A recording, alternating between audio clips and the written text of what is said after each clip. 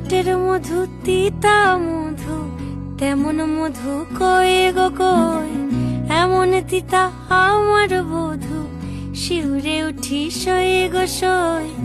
আনবাড়ি যায় আমায় ফেলে, বাদল মেঘের ডাকে, একবারও সে ভাবে না গো রায় কি করে থাকে।